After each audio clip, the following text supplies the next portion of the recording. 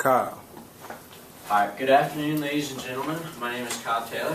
First off, I'd like to thank Mr. Robert Bass for having me up here to speak with y'all this evening. So I'm here to talk with you about the Virginia Tech Collegiate National Wild Turkey Federation. So first of all, this is a national organization. They promote ethical hunting for primarily turkeys, but other wildlife species as well.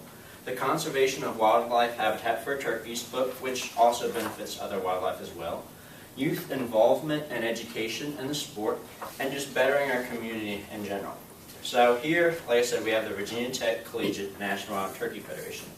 That's actually the first college chapter here in Virginia. We've been running, this is our third year now, and we're kind of like a normal club. We have executives like everyone else. I'm actually the president. We have a vice president, a secretary, a treasurer, a social chair, banquet chair. So basically what we do is, since we're new, we're still trying to figure out what all events we want to do. But right now we have about 4 main events. So the first one we do is at the beginning of the fall, we have a Yeti cooler raffle. Imagine everybody knows what a Yeti cooler is. Everyone likes them, those $300 coolers you never buy yourself, but you wouldn't mind winning one in a raffle. So we just have a Yeti cooler raffle, just kind of get people to know more about the club. A lot of people don't. I imagine probably all are hearing about us for the first time. So we actually did have one of our members won the cooler. It wasn't rigged. Actually, he probably did deserve to win it. He spent about $70, so he basically paid for the cooler himself. So second of all, we have a food drive. Right before Thanksgiving, we have a Thanksgiving food drive that benefits the Interfaith Food Pantry.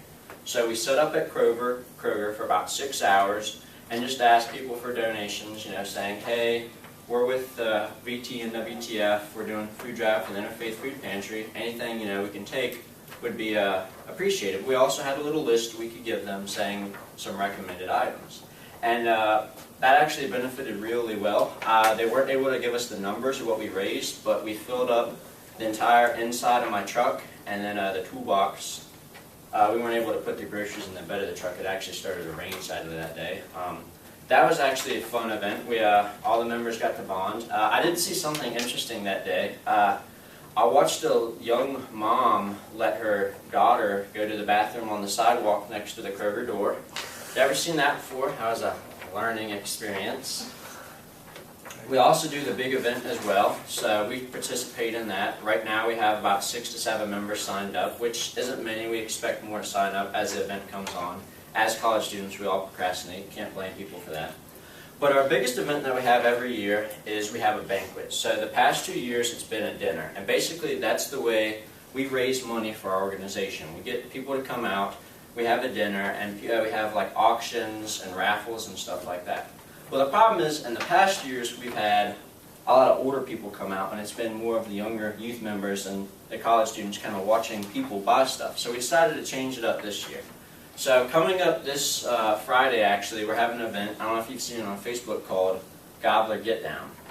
So what it is we have a live band coming out and playing called Crawford and Powers. I don't know if you've heard them. They've played out at AGR a lot. They play country and folk music. They're really good.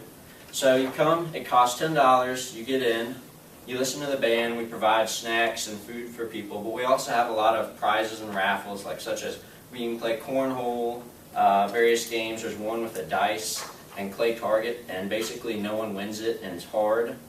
But we have a lot of different prizes out, such as we have a Yeti 35 quart cooler, we have the Yeti tub, which basically looks like a giant wash tub, but it's a Yeti cooler.